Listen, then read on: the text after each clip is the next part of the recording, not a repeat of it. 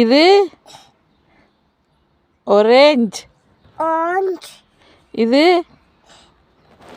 Apple. இது அப்போ என்ன? இது என்னது? ஜூஸ். Fruit juice. லூஸ் இல்லை, யூஸ். ஜூஸ். ஆப்பிள். தேசிக்காய். தோடம்பழம். கேரட். கேரட்.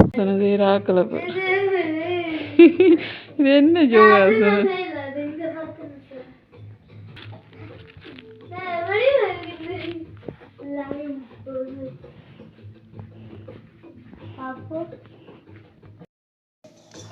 நீங்க என்ன செய்றீங்க?